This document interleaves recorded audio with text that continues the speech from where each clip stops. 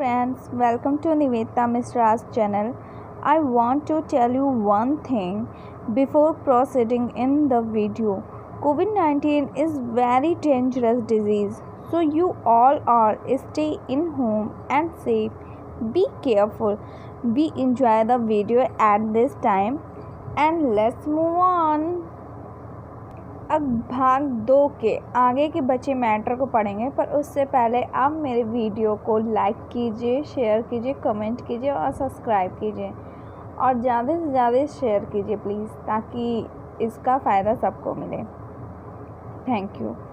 अब चलिए आगे बढ़ते हैं। भाग 2, जो कि मैंने आपको बताया था कि बाल अधिकारों के बारे में। अब उस पर हुई जो विशेषताएं थी, जो उस पर सरकार ने चर्चा की थी, ठीक है, कि क्या क्या विशेषताएं थी उस टाइम में, क्या क्या विशेषताएं और दी गई थी शिक्षा के अधिकार में। तो उसे हम main properties of right to education या फिर RTE के नाम से, यानी कि शॉर्ट फॉर्म इसके RTE के नाम से जानते हैं, यानी कि ये मेन होता है जो राइट टू एजुकेशन, ठीक है। तो राइट टू एजुकेशन के जो विशेषताएं थीं, तो विशेषताएं क्या थी उसको देख लेते हैं। यानी कि इससे पहले अधिकारों की बात की गई और अब अधिकारों की जो प्रमुख विशेषताएं थीं उस पर बात की जा रही हैं। तो ये पहला है, फर्स्ट पॉइंट, राज्य सरकारों ने स्थानीय निकायों द्वारा ये प्रयास किए जाएंगे कि बालकों के निवास से 1 किलोमीटर की परिधि के तहत प्राथमिक विद्यालय की स्थापना की जाए, ताकि 6 से 14 वर्ष तक के बालक बिना किसी असुविधा के विद्यालयों तक पहुंच सके। यानी कि राज्य सरकार या स्थानीय निकाय, यानी कि आसपास के जो भी सरकार है, ठीक है, या जो भी आसपास के जो भी नियम बनाए गए हैं वो ये होने चाहिए कि निवास स्थान, यानी कि बालक का जो निवास स्थान है वो 1 किलोमीटर से ज़्यादा की परिधि उसमें नहीं होनी चाहिए। यानी कि प्राथमिक विद्यालय की बात की गई है कि जो बच्चे 6 से 14 वर्ष तक के बच्चे जो हैं प्राथमिक विद्यालय में जो जाते हैं पढ़ने, उनकी परिधि क्या होनी चाहिए, यानी कि जो परिधि होती है वो 1 किलोमीटर से अधिक नहीं होनी चाहिए, 1 किलोमीटर तक या उसके अंदर ही होना चाहिए। चलिए अब दूसरा देखते हैं कि प्रत्येक विद्यालयों को कुछ न्यूनतम आधारभूत शैक्षणिक संरचना उपलब्ध कराई जाएंगी, जिसमें विशिष्ट योग्यता आधारित शिक्षक, पेयजल, खेल कूद के मैदान और शौचालय आदि शामिल हैं। यानी कि एक जो शिक्षक होगा वो बहुत ही योग्यताधारी होगा, यानी कि वो बहुत अच्छा शिक्षक होगा, ठीक है, योग्यताधारी होगा। यानी कि अगर मैथ पढ़ाना है तो मैथ का टीचर हो, साइंस पढ़ाना हो तो साइंस के टीचर हो। फिर उसके बाद पेयजल, यानी कि शुद्ध ठंडा शीतल जल की व्यवस्था हो, खेल कूद के मैदान हो, शौचालय आदि हो, यानी कि क्या है कि गर्ल्स शौचालय अलग हो, ठीक है, गर्ल्स टॉयलेट अलग हो, बॉयज़ टॉयलेट अलग हो। अब तीसरा नंबर जान लेते हैं, तीसरा नंबर देखते हैं, तीसरा पॉइंट कि 6 से 8, यानी कि 6 से 8वीं तक के विद्यालय छात्र के निवास स्थान से 3 किलोमीटर की परिधि स्थापित किए जाएंगे। अब यहाँ पे आप ध्यान दीजिएगा कि ऊपर प्राथमिक विद्यालय की बात की गई थी, ठीक है, यहाँ पे माध्यमिक विद्यालय की बात की जा रही है। यानी कि यहाँ से की जा रही है कि 6 से 14 वर्ष तक की प्राथमिक, यानी कि 5 तक के, जो 5 तक मतलब शिशु से लेके, यानी कि 1 से लेके 5 तक के जो भी बच्चे हैं, जो भी प्राथमिक विद्यालय के हैं, वो उनकी परिधि 1 किलोमीटर होनी चाहिए। और 6 से 8 यानी कि माध्यमिक जो विद्यालय है उनके छात्रों के लिए 3 किलोमीटर की परिधि स्थापित है, क्योंकि ऊपर जो बच्चे हैं वो काफ़ी छोटे हैं, उनके लिए समस्या खड़ी हो सकती है ज़्यादा दूर जाना। और यहाँ पे बच्चे क्या होते हैं कि थोड़े बड़े हो जाते हैं, वो क्या हो जाते हैं, वो 13 से 14 वर्ष तक के हो जाते हैं।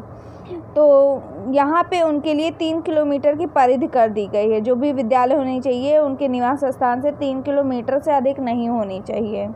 चलिए नेक्स्ट देखते हैं, चौथा, कि 6 से 14 वर्ष आयु वर्ग के अशिक्षित व विद्यालय में शिक्षा प्राप्त नहीं कर पा रहे बालकों को चिन्हित करने का कार्य स्थानीय विद्यालय की प्रबंध समिति अथवा स्थानीय निकायों द्वारा किया जाए। अभी यहाँ पे क्या है कि 6 से 14 वर्ष तक के जो भी अशिक्षित बच्चे हैं, इस वर्ग के जो भी अशिक्षित बच्चे हैं जो विद्यालय में शिक्षा प्राप्त नहीं कर पा रहे हैं किसी भी कारण से, चाहे वो उनका स्कूल दूर हो, उनके पास रुपए ना हो, उनके घर में कलह हो, कोई भी कारण हो सकता है, या उनका मन ना लगता हो, जो भी कारण है उसका पता लगाया जाए, उन बच्चों को चिन्हित किया जाए कि ये बच्चे कौन हैं, किस कारण से हैं, और स्थानीय यानी कि पास के विद्यालय में उनकी क्या है उनका एडमिशन कराया जाए, उनको सुविधा दी जाए। नेक्स्ट है 5वां, निजी क्षेत्र के प्रत्येक विद्यालय में 25% स्थान कमजोर वर्ग के विद्यार्थियों हेतु आरक्षित किए जाएंगे व उनसे वही शुल्क लिया जाएगा जो सरकारी विद्यालय के समकक्ष छात्राओं से लिया जाता है। निजी क्षेत्र मतलब आसपास का जो भी विद्यालय है, ठीक है, प्राइवेट विद्यालय ही क्यों ना हो, ठीक है, उसमें क्या है कि जो कमज़ोर वर्ग के जो बच्चे हैं यानी कि असहाय बच्चे हैं या फिर गरीब बच्चे हैं, उनको क्या है कि उनको 25% जो वहाँ पे स्थान जो सीट निश्चित होती है वो 25% सीट गरीब बच्चों के लिए रखी गई है और उनसे वही शुल्क लिया जाएगा जो सरकारी स्कूल में उनसे लिया जाता था। जो सरकारी स्कूल में जो बच्चे देते हैं वही फ़ीस उनको प्राइवेट में भी दी जाएगी। अगर उनका स्कूल बहुत दूर है या तो फिर वो प्राइवेट में किसी भी कारण से पढ़ रहे हैं, मेधावी छात्र हैं, वो प्राइवेट में पढ़ रहे हैं, तो उनके लिए 25% जो सीट होती है वो ऐसे बच्चों के लिए निर्धारित की गई है कि 25% ऐसे बच्चों के लिए सीट रखी जाए हर स्कूल में, हर चाहे प्राइवेट हो चाहे सरकारी हो। और यहाँ पे उनको क्या है कि उनका शुल्क भी सरकारी स्कूल की तरह बराबर ही होना चाहिए, उससे ज़्यादा नहीं। अब नेक्स्ट पॉइंट देख लेते हैं। 6वां पॉइंट है विद्यालय पाठ्यक्रम के निर्माण एवं मूल्यांकन प्रक्रिया की ओर विशेष ध्यान दिया जाए। यानी कि जो पाठ्यक्रम बने हैं वो बहुत ज़्यादा कठिन तो नहीं है, उसकी भाषा जो है, उसकी लैंग्वेज जो है बहुत ज़्यादा टफ तो नहीं है कि बच्चों को थोड़ा पढ़ने में दिक्कत हो रही हो। तो यहाँ पे इन सब चीज़ों का मूल्यांकन होना चाहिए।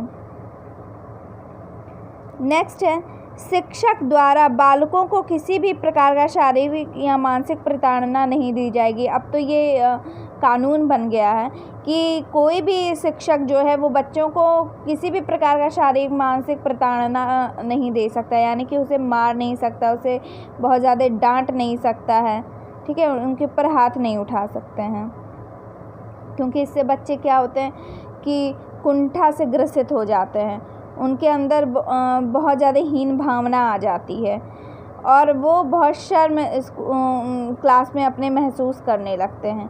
तो ये सब भावनाएं उनके अंदर ना आए, भग्नाशय के शिकार ना हो, ठीक है, उनके अंदर हीन भावना ना आए, इन सब से दूर रखने के लिए ये कानून बनाए गए हैं। चलिए नेक्स्ट है अधिनियम के तहत निजी ट्यूशन की प्रवृत्ति को निषेध किया गया है।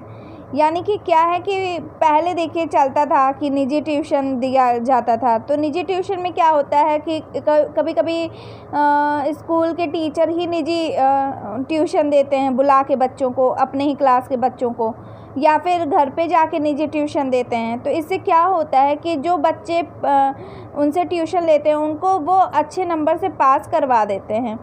तो ये सब चीज़ें हो जाती हैं और बाकी जो उनसे ट्यूशन नहीं लेते हैं उनका क्या करते हैं, उनका नंबर काट देते हैं। तो इससे क्या है, जो मेधावी छात्र हैं वो भी पीछे हो जाते हैं। अभी देखिए बीच में क्या हुआ था कि सरकार ने ये चीज़ एकदम बंद करवा दी थी, एकदम बैन हो गई थी कि कोई भी ट्यूशन, कोई भी जो शिक्षक है, चाहे वो प्राइवेट हो चाहे वो सरकारी हो, वो क्या करेगा कि निजी ट्यूशन उसको नहीं देना है, ये निषेध कर दिया गया था। चलिए अब आगे बढ़ते हैं कि पाठ्य वस्तु को अध्ययन सामग्री का निर्माण इस प्रकार किया जाए कि बालक में नैतिक मूल्यों का विकास किया जाए। नैतिक मूल्य मतलब चारित्रिक, ठीक है, उसका चरित्र निर्माण जो है वो अच्छे से हो, जो उसकी सोच है वो अच्छा हो, उसकी आदतें अच्छी हों, उसका जो एम है वो निश्चित हो, यानी कि जो भी कुछ दिया जाए वो क्या हो, मॉरल हो, यानी कि उसमें उद्देश्य हो एक अच्छा कार्य करने के लिए। यानी कि जो भी कहानियाँ हैं वो महापुरुषों की कहानियाँ दी जाएं उसमें, ठीक है, स्वतंत्रता सेनानी की कहानियाँ दी जाएं, जिससे वो प्रभावित हों और उनका एम जो है इसी प्रकार बने जिस प्रकार वो पाठ पढ़ रहे हैं। चलिए अब नेक्स्ट देखते हैं। अब 10वां है, शिक्षा की परिणात्मक वृद्धि के साथ साथ बालकों की गुणवत्तापूर्ण शिक्षा प्रदान की जाए। इसके लिए निम्नलिखित प्रयास किए गए थे। पहला है प्रभावी पाठ्य सामग्री का निर्माण, ठीक है, यानी कि हर एक चीज़ होना चाहिए, पेंसिल, कॉपी, किताब, ड्रेस, हर चीज़ का व्यवस्था बच्चों के लिए करवाना है। दूसरा, योग्यताधारी शिक्षकों की भर्ती, जैसे कि मैंने ऊपर बताया था, ठीक है, कि गणित के लिए गणित के टीचर और साइंस के लिए साइंस के टीचर, ऐसे सब। और तीसरा है कि विद्यालय में उपयुक्त आधारभूत सुविधाओं का विकास, यानी कि पेयजल, खेल के लिए मैदान, अच्छी सीटें, क्लासरूम अच्छा हो, ब्लैक बोर्ड सही हो, जो भी डस्टर वगैरह हर एक सुविधा वहाँ बच्चों के लिए भी होनी चाहिए और शिक्षक के लिए भी होनी चाहिए, यानी कि दोनों के लिए होनी चाहिए। और लास्ट है, शिक्षकों को सही रूप से सामाजिक प्रशिक्षण दिए जाने की व्यवस्था, यानी कि समय समय पर उनको प्रशिक्षित करते रहना। तो ये वीडियो कंप्लीट हो गया, आपका भाग 2 यहाँ पे ख़त्म होता है और अब आगे बढ़ेंगे, आगे का वीडियो हम अपलोड करेंगे। Thank you.